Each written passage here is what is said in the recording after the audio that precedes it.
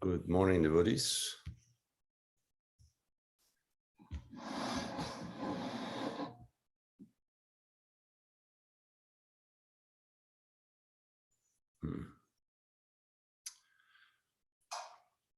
We are reading the 33rd verse of chapter of the 4th canto of the Bhagavatam.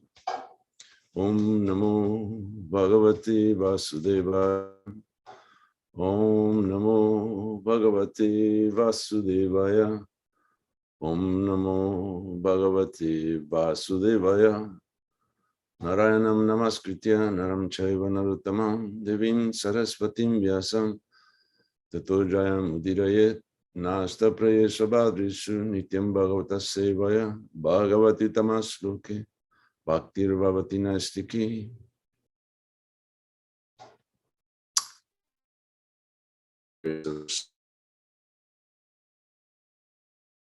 Avidamavaya Myak Kartaram Purusharshaba Atmanascha Parasyapi Gotam Nama Chayat Kritam.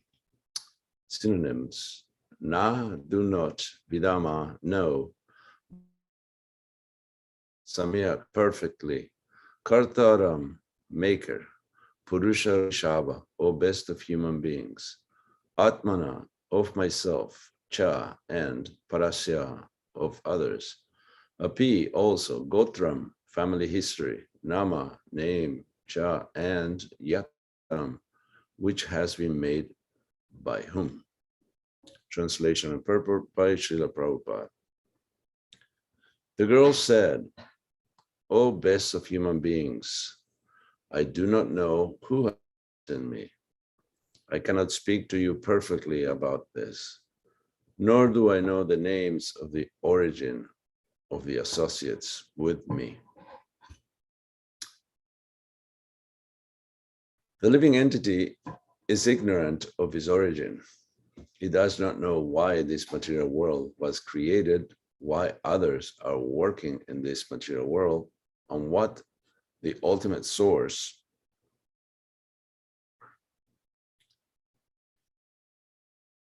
of his manifestation is, of this manifestation is. No one knows the answers to these questions, and this is called ignorance. By researching into the origin of life, important scientists are finding some chemical compositions or cellular combinations, but actually no one knows the original source of life within this material world. The phrase Brahma Jigyasa is used to indicate an inquisitiveness to know the original source of our existence in this material world. No philosopher, scientist, or politician actually knows where from we have come, why we are here struggling so hard for existence, and where we will go. Generally, people are of the opinion that we are all here accidentally, and that as soon as these bodies are finished, all our dramatic activities will be finished and we will become zero. Such scientists and philosophers are impersonalists and voidists. In this verse, the girl is expressing the actual position of the living entity. She cannot tell Puranjana her father's name because she does not know from where she has come, nor does she know why she is present in that place. She frankly says that she does not know anything about all this. This is the position of a living entity in the material world. There are so many scientists, philosophers, and big leaders, but they do not know where from they have come, nor do they know why they are busy within this material world to obtain a position of so-called happiness.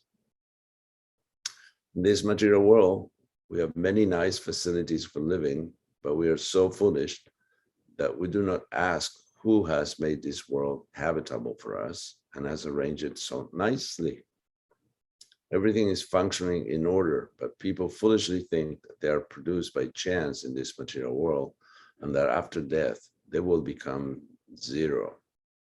They think that this beautiful place of habitation will automatically remain. The verse again. The girl said, O best of human beings, I do not know who has begotten me. I cannot speak to you perfectly about this, nor do I know the names of the or the origin of the associates with me. Om Agyanatimirandasya Gyananjana Shalakaya Chaksurmilitam Jena Tasmai Shri Gurave Namaha. Kam karoti vachalam pangum langayati girim yat kripa tamaham vande Shri Guru Dinataranam Paramananda Madhavam Shri Chaitanya Mishwaram Vanchakal Pataruyascha Kripa Sindhu Vyevacha Patitanam Pavanavyu Vaishnavyu Namo Namaha.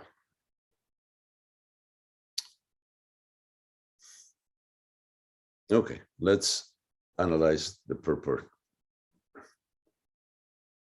because it's just an explanation of this translation of a mysterious encounter between a beautiful girl and the fictitious yet familiar King Puranjana.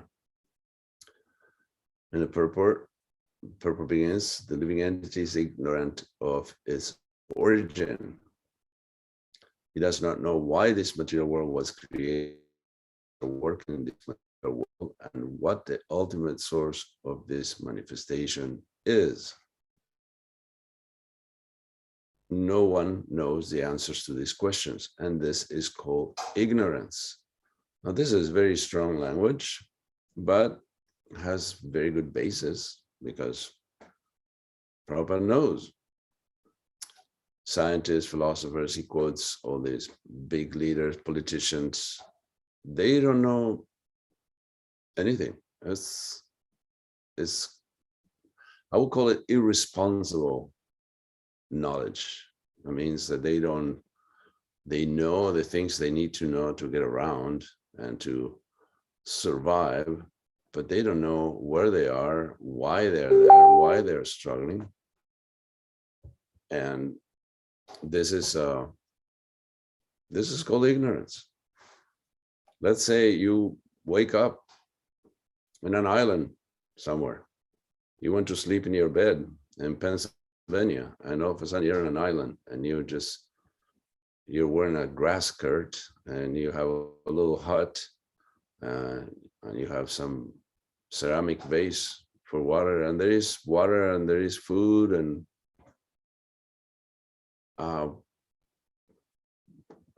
wouldn't you consider it important to know how do you end up there? Wouldn't it be the prime cause of concern to figure out how did you end up here? Yeah, and I can see that it's a beautiful place.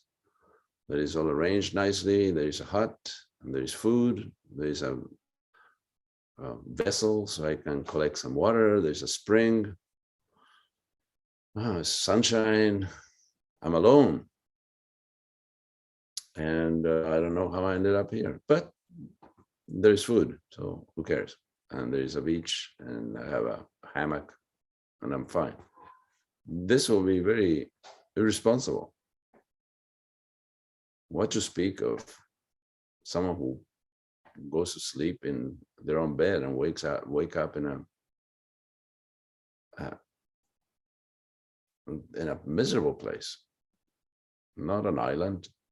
You're in a miserable place. You wake up in a refugee camp somewhere where planes and helicopters and tanks and armed personnel are there, and you're surrounded by fences and full of people. You don't know each other, and they all have the same expression of terror in their faces. Wouldn't it be useful to find out how in the world did I end up here? I was working for a corporation and making good money. I have a family, I have a house, I have a car, I pay taxes. I'm a citizen of the United States, and I don't understand what the language these people are speaking.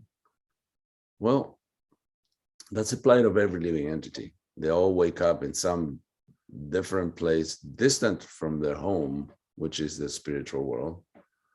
And very few, and this is the amazing part of it, very few try to understand why. They just go about, okay, wherever you woke up.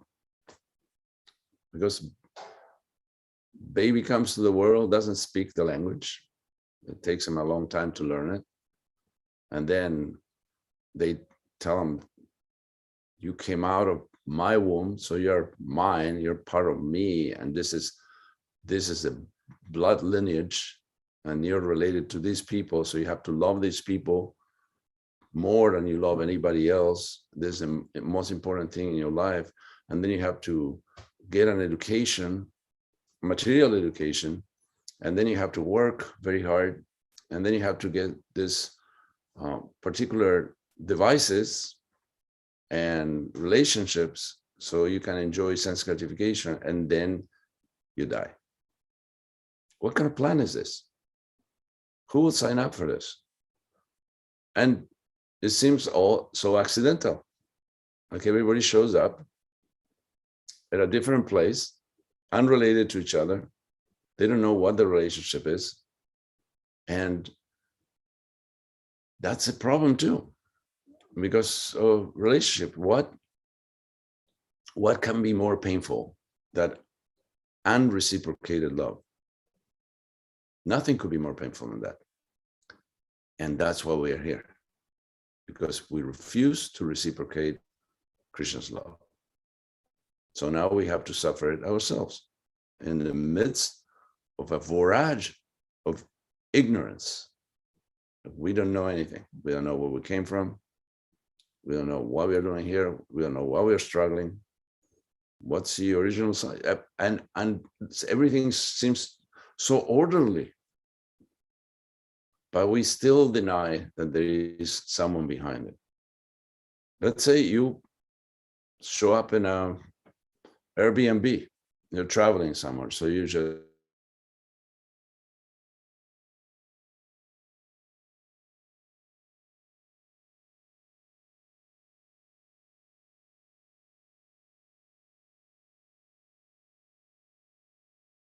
welcoming you, and there's a refrigerator full of stuff, and there are magazines and books and fresh linen and a clean bathroom, and all the light fixtures work. Would you think that just it happened serendipitously by chance? No, someone obviously prepared it for you. Very large Airbnb where everybody just books a room or a house or many houses or a building or a hut, tarp, and the temperature is moderated. There's a thermostat. We don't freeze to death. Well, some people do because of their karma, or burn to ashes. So there is a thermostat in the universe. God is regulating temperature according to one's karma. And there's a sun that comes out every day. You can predict it. Science now can predict the weather. Like they will tell you, next Thursday, it will start raining at 3 p.m. for a half an hour. I mean, there's obviously some order, some predictability. So that means there's a schedule. And if there's a schedule, there is someone who wrote the schedule, someone who is operating it. Meanwhile, as I was saying, most people don't give a second thought. And this is completely astonishing to me, that you just come here to a very distant place from your true home, and everything is arranged in a certain way. And you don't wonder, how did this happen? And how did I end up here? And how do I get out? And where do I belong? And why do I have to struggle? And some people have to struggle more than others. Is this a big lottery? Is this some sadistic game that we somehow, unbeknownst to us, we were forced to participate in? No, not at all. Everything is planned accordingly, according to our thoughts, according to our actions, according to our activities. This is very well planned, and is what you will call a reformatory, where people have to reshape their character and understand that we are originally spiritual beings, and as spiritual beings, our birthright is to enjoy. Happiness is a given, but not material happiness. Spiritual happiness. There is no material happiness. Material happiness is simply the cessation of pain. That's what material happiness is. You're suffering, you're struggling, and then all of a sudden it stops. That is your standard of happiness. So let's move on to the next point that Prabhupada makes. No one knows the original source of life within the material world. So yes, the scientists can find in some chemical compositions and cellular combinations. And this is simply what, not the why. They can count how many cells, how many parts of the body there are there, but they cannot understand a single cell. How did it form? Where did it come from? It's just only explaining certain things. I used to play table tennis with a doctor, a dermatologist, who actually told me, he confessed. He went to the University of Cleveland, and then he got his degree at Stanford. So he was quite cultivated and went to prestigious institutions to do that. And he confessed that they knew in his profession, maybe, and he was being generous, 20% of it told.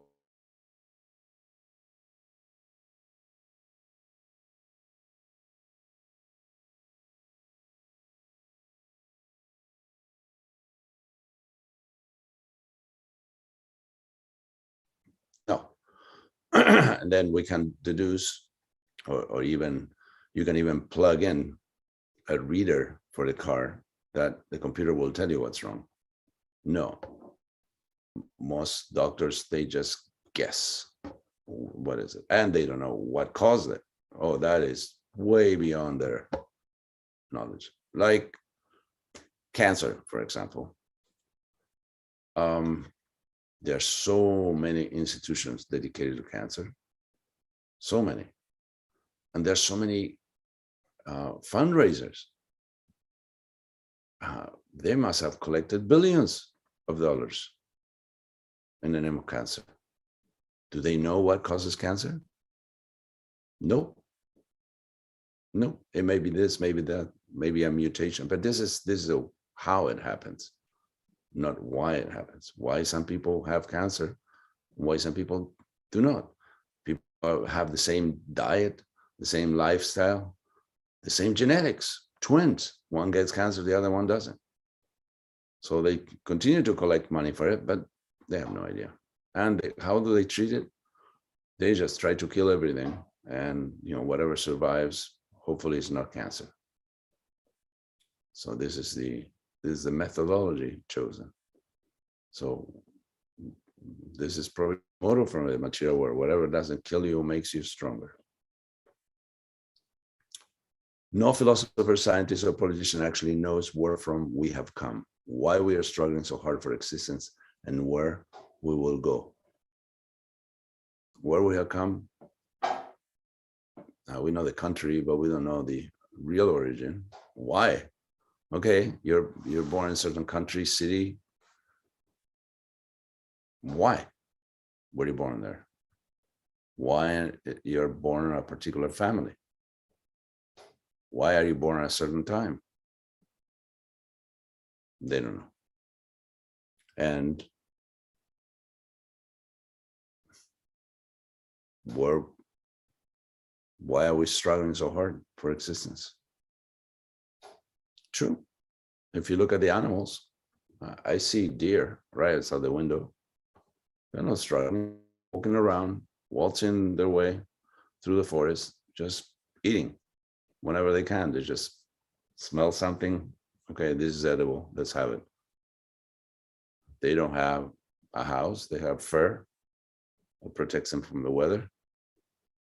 They don't wonder, when is my child going to get his law degree or medical degree? They don't care about that. They're not struggling. They're struggling because they're predators, mostly humans. So this is actually, but we also have predators. IRS, the politicians, the universities. If you have a student loan, you know what I mean. So this is, we struggle in this world. Whereas the animals, they're kind of struggling in a different way, but with a lot less effort. We have to put a lot of effort and still struggle. And finally, where we will go. If you don't know where you're going after this life, if you have no idea, then how are you better than an animal? The animal doesn't have any idea of its destination, knows only this lifetime. And unfortunately, this is what most beings in human form, because actually being human begins with Atato Brahma Jigyasa, trying to understand who you are. That is the beginning of human life, not before. If you just go through life waltzing around, not trying to understand who you are, you can't be called human. Matter of fact, it's probably going to be a while until you take another human birth, because you don't care. You were given the privilege of a human body to try to understand who you are, where you come from, where are you going, who is God, who are you. So if you're not using that gift, it's like having a discount coupon that you don't cash in. You just very proud to hold it up, and it expired in 1972. So, there's no point in holding it up and being proud about it. So you have a human body and you can just go to the gym and pump it up. I guess I would say that what I have observed, as opposed to California, where we lived for so many years, there must not be many gyms in Pennsylvania, because the shape of the people is somewhat irregular, let's call it. So people in California are obsessed with their bodies. They're all running, they're all doing yoga, and they're all going to the gym, they're all running bicycles or stationary bikes, and what? Also, another thing I've noticed, if you go to Trader Joe's here, and whether in State College or now in Harrisburg, people look normal in the sense, not bizarre or strikingly, they don't look so good. And in California, you go to Trader Joe's and there's a lot of people with cosmetic surgery. You can see them. Is that, how would you call it? The rigor mortis look. It's been like they pull their skin, they tie it behind their head, so it seems like they're in a forced smile all the time. And people who have no wrinkles at the age of 75.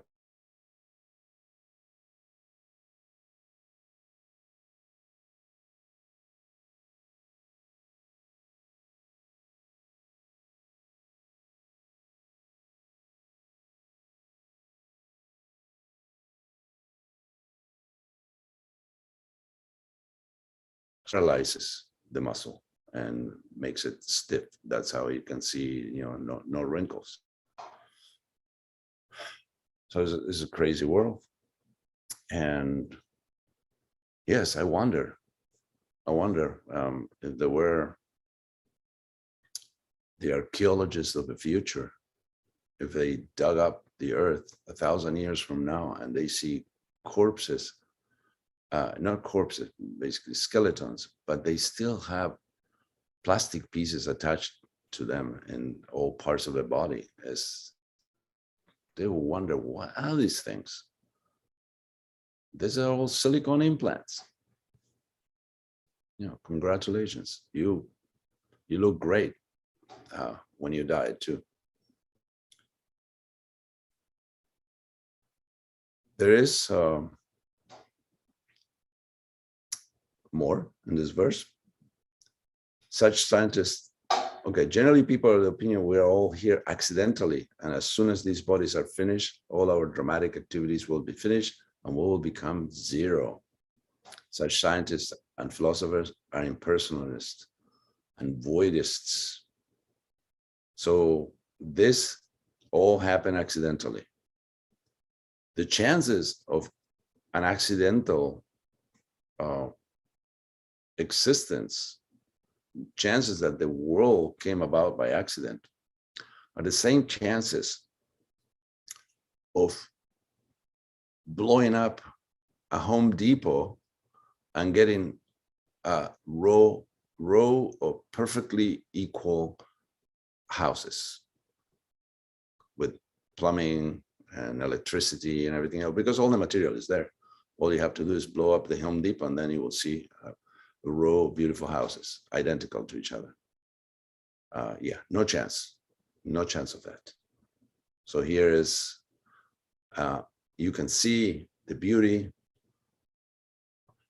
Actually, when I was in the jungle, living for many months by myself, searching for God, because I couldn't find him in the city and nobody wanted to help me, I started to suspect that God was a woman, because of the beauty, because of rainbows and flowers and all this stuff, all these aesthetical arrangements that if God was a man, wouldn't care, wouldn't notice. Just if you visit an apartment or a house that where there is a couple or a single woman or a single man, you can tell. You can tell because a woman is involved. So there's always some aesthetic arrangements, and they make it look beautiful. They dress for others, they decorate the house for others, they cook for others, whereas men, they don't have that gene, and that part doesn't work. It's not activated. It's just like a credit card that you get in the mail with a little sticker that says, in order to use this card, you have to call this number. So men usually don't call the number. So we don't activate the aesthetic. Very few.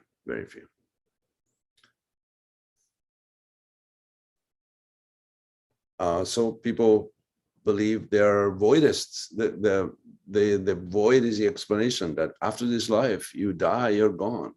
The father of a friend of mine of childhood, he believed that,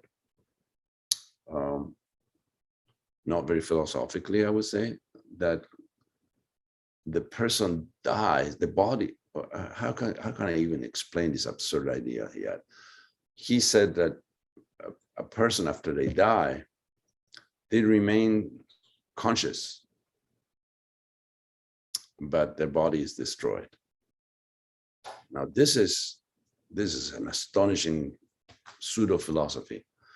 So basically, you're buried 6 feet underground, looking at radishes grow in close proximity, and listening to people conversation when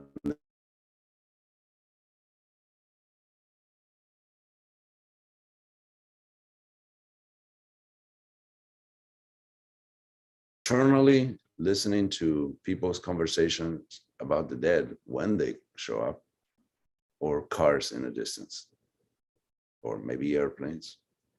Yeah, that's it for eternity. Terrible. We are so lucky that we didn't get it wrong by the mercy of Guru Angoranga, Pramanda Bhumite Kona Bhagyavan, Krishna Prasadapai Bhakti Lata Beach, this bhakti creeper, which is so rare, by great fortune, encountering the mercy of Guru and Krishna, and our wanderings through the material universes, not even world, just we were everywhere. We should have a suitcase full of, or a camper van full of stickers saying, I've been to this form of life. And now we got lucky that we met the devotees somehow. This is the position. So she cannot tell Puranjana her father's name because she does not know from where she has come from, nor does she know why she is present in that place. She frankly says that she does not know anything about all this. This is the position of the living entity in the material world. We just don't know very much. They even say science tells us that we use, I don't know exactly the percentage. I thought it was 2%, but maybe 0.2% of the brain is being utilized only. And some people even less than that. There are so many scientists, philosophers, and big leaders, but they do not know where from they have come, nor do they know why they're busy within this material world to obtain a position of so-called happiness. Everybody's struggling, everybody's doing everything they can to be happy, but have they succeeded? No, because happiness is of a positive nature and is long-lasting, eternal. And so are we. Anything that is short of eternal, it doesn't satisfy.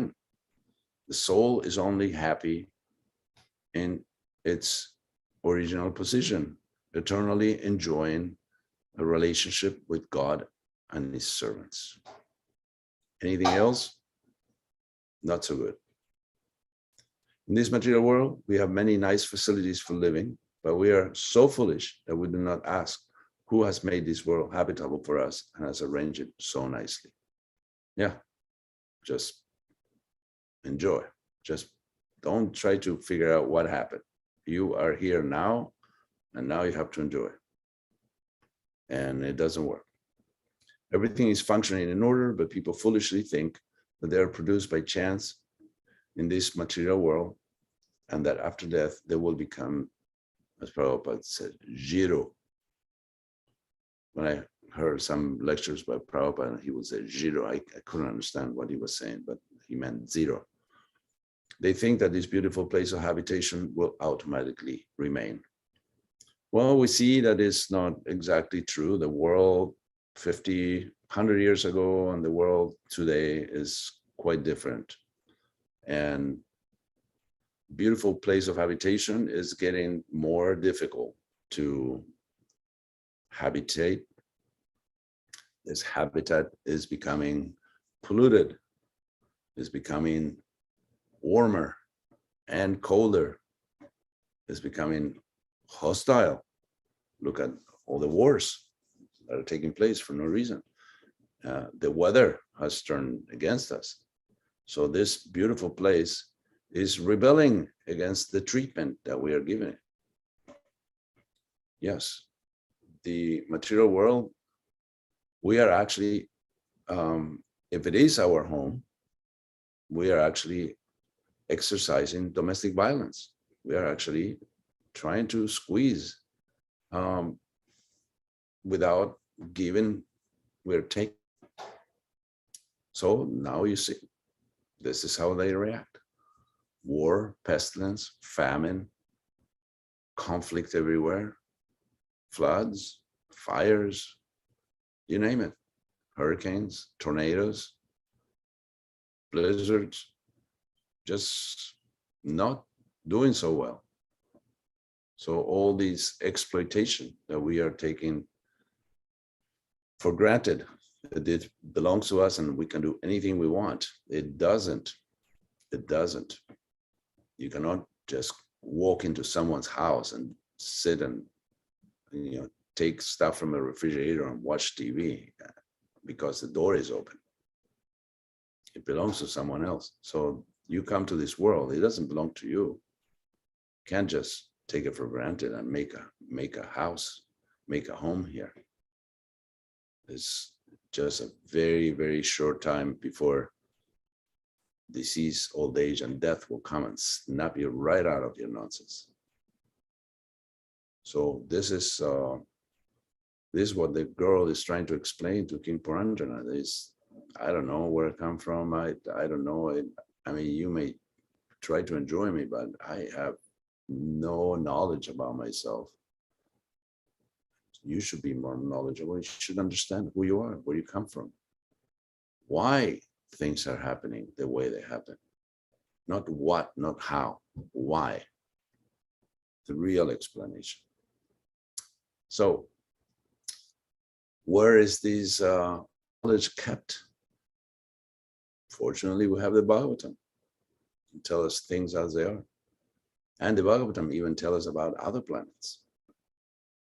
We may think this is a very, very nice place, but the enjoyment here is mixed. This is a middle-class planet. This is not even a very nice gated community. This is middle class. You get a little enjoyment, but not very much. And you get some suffering, but it stops too. So it's kind of a not so great, not so bad.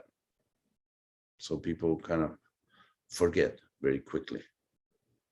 Just like a child forgets the miseries of childhood to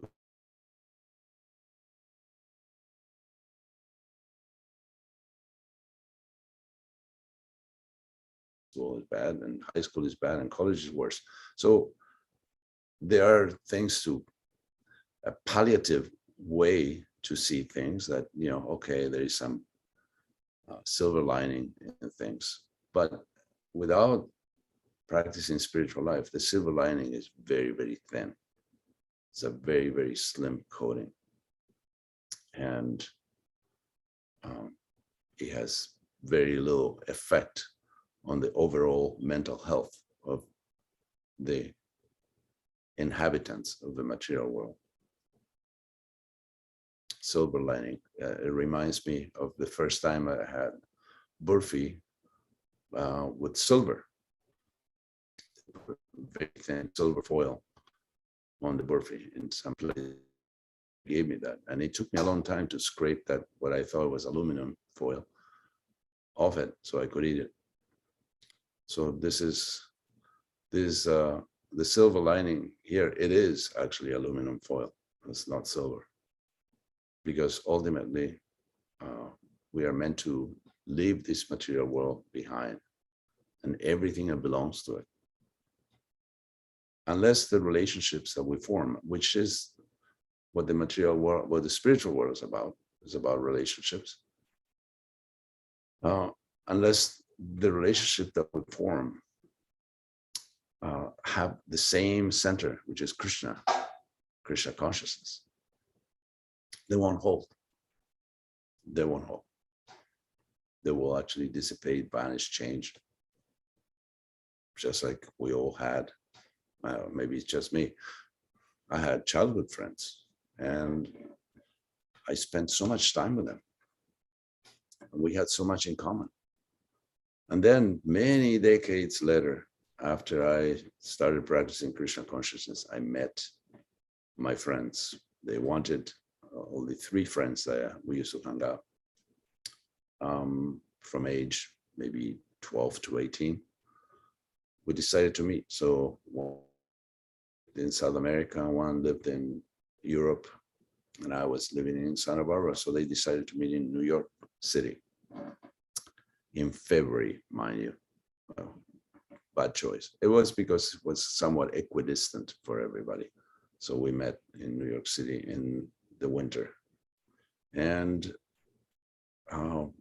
what I knew what to expect, which was reminiscence. Oh, remember when we were doing this or when we were doing that. But I thought the feeling would remain, and I will be able to, through the medium of love and affection, I will get to them and explain a little bit of how I saw things. Now, was I wrong?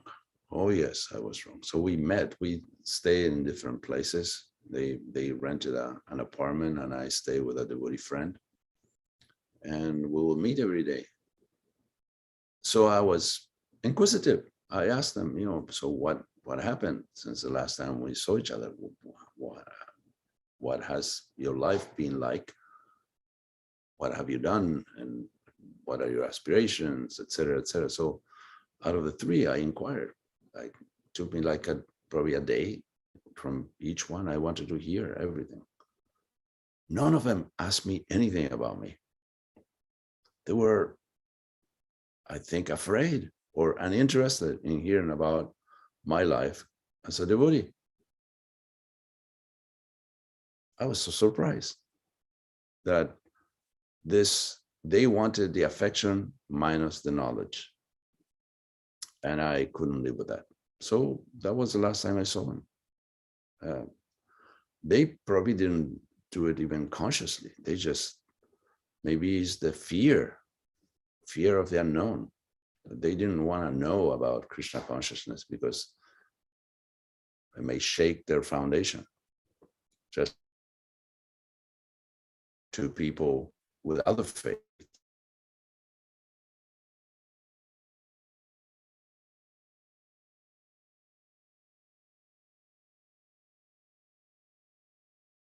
Take up Krishna consciousness, but they will be discouraged to practice in their own faith. So I think this is, Krishna consciousness is so powerful that sometimes, because you have to adjust your life, you have to know things. Can you imagine getting to know things about yourself, but they may be too scary? Why? Because of the position they occupy currently, that is kind of distant from the goal. But at least we see where we are going.